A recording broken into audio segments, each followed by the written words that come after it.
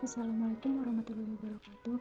Perkenalkan, nama saya Suryenti, NPM 1869018. Akan menjelaskan mengenai jurnal internasional yang berjudul Effect of Red Food-19 Facial Vulgaris Ill Flour on Bread Quality. Pendahuluan. Makanan roti adalah produk sereal yang tersedia bagi konsumen, dan roti telah menjadi makanan utama di seluruh dunia. Roti telah berupaya yang cukup besar untuk mengembangkan roti yang memberikan manfaat kesehatan dengan sifat organoleptik yang baik. Kacang merah merupakan sumber nutrisi penting yang baik dengan 22,7% protein, 3,5% materi mineral, 1% lemak, 5,1% serat kasar, dan 57,7% total karbohidrat.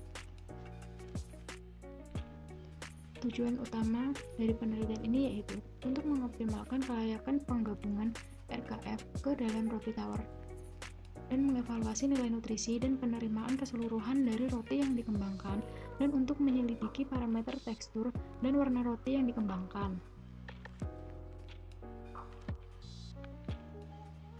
Bahan-bahan dan metode. Yang pertama yaitu tepung terigu halus, kacang merah yang sudah dikeringkan, garam, gula, ragi kering aktif, dan minyak. Persiapan campuran. Yang pertama yaitu menyiapkan kacang merah. Kemudian kacang merah dilakukan pencucian. Kemudian setelah pencucian yaitu pembersihan. Kemudian kacang merah dikeringkan di dalam oven dengan panas 50 derajat Celcius selama 12 jam. Kemudian penggilingan sampai halus, lalu pengayakan. Kemudian setelah menjadi tepung, dilakukan penyimpanan dengan suhu 4 derajat dalam wadah kedap udara. Lalu untuk pembuatan rotinya yaitu tepung kacang merah dicampur dengan tepung terigu halus pada kadar 5, 15, dan 25%. Kemudian pengujian kualitas roti.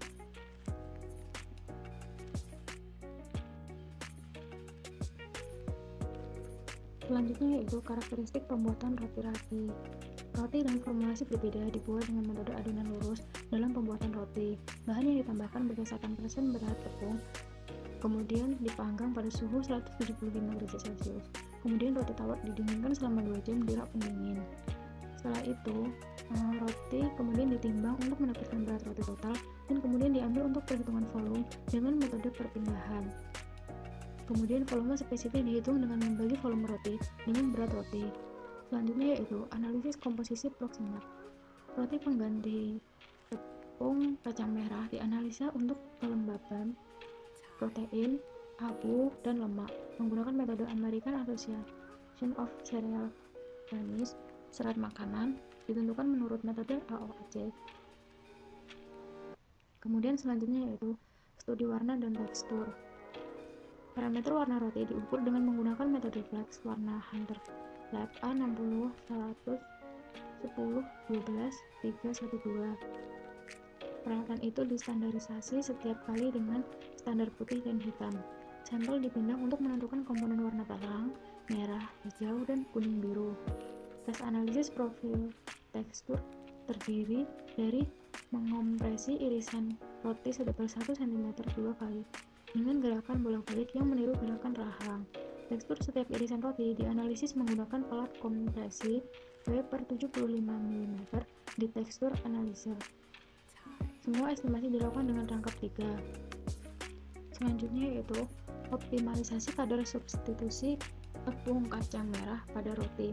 Untuk menentukan jumlah terbaik substitusi tepung terigu rafinasi dengan kacang merah, evaluasi sensorik produk dilakukan berdasarkan penampilan luar secara keseluruhan, warna, tekstur, rasa, dan penerimaan keseluruhan. Hasil dan pembahasan. Yang pertama yaitu pengaruh RKF yang dimasukkan pada sifat fisik dan sensorik roti. Dapat dilihat bahwa dengan peningkatan pemasukan RKF dari 0% menjadi 25% dengan rasa, yaitu meningkat di mana terdapat penurunan pada hasil rasa. Terjadinya penurunan kekenyalan dan pembentukan residu di dalam mulut yang membuktikan penurunan skor untuk rasa di mulut. Data ini juga menunjukkan bahwa tekstur menurun seiring dengan peningkatan substitusi tepung kacang merah pada roti yang warnanya sedikit lebih gelap daripada roti kontrol yang mungkin disebabkan adanya kulit biji kacang merah pada tepung olahan. Berdasarkan keseluruhan skor penerimaan, 15% dari pemasukan tepung kacang merah dalam roti dapat diterima dan peningkatan lebih lanjut pada tingkat RKF. Rasa roti terhambat yang dapat dipertanggungjawabkan dengan karakteristik rasa kacang-kacangan yang kuat. Penggunaan tepung kacang kering yang dibatasi telah terbukti dapat diterima di tortilla jagung.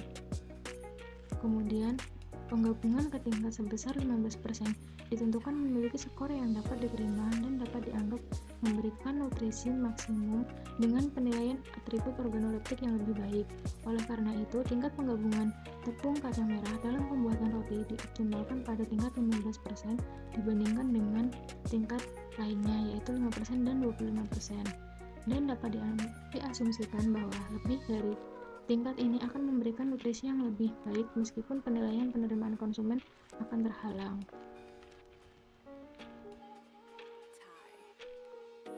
Yang kedua yaitu pengaruh RKF yang dimasukkan pada komposisi gizi roti. Data tersebut menunjukkan bahwa roti campuran RKF lebih bergizi dibandingkan roti tepung terigu olahan. Kemudian komposisi terdekat terbukti bervariasi dengan peningkatan tingkat inklusi tepung kacang merah dalam sediaan roti. Peningkatan tingkat kelembapan diamati yang menyebabkan peningkatan aktivitas air kacang merah. Peningkatan yang signifikan dalam kandungan protein serta karbohidrat juga dilaporkan yang dapat dipertanggungjawabkan karena adanya protein kacang-kacangan dan karbohidrat yang ada dalam tepung kacang merah. Penambahan tepung kacang ke tepung terigu diharapkan dapat meningkatkan kandungan protein pada roti karena kacang polong umumnya mengandung lebih banyak protein daripada sereal.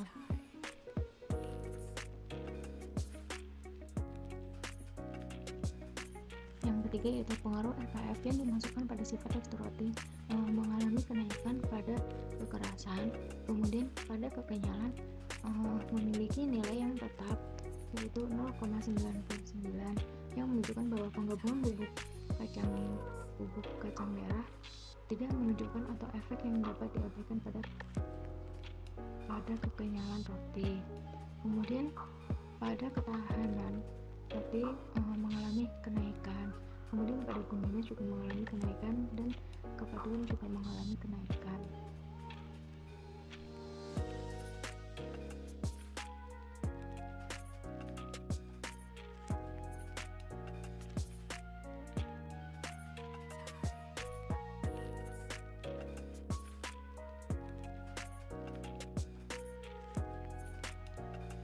Selanjutnya yaitu pengaruh RKF yang dimasukkan pada nilai warna roti.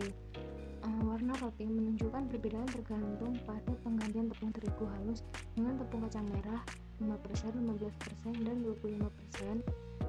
Kemudian dari tabel tersebut didapatkan dengan lightness menurun secara bertahap seiring dengan peningkatan level inkorporasi tepung kacang merah.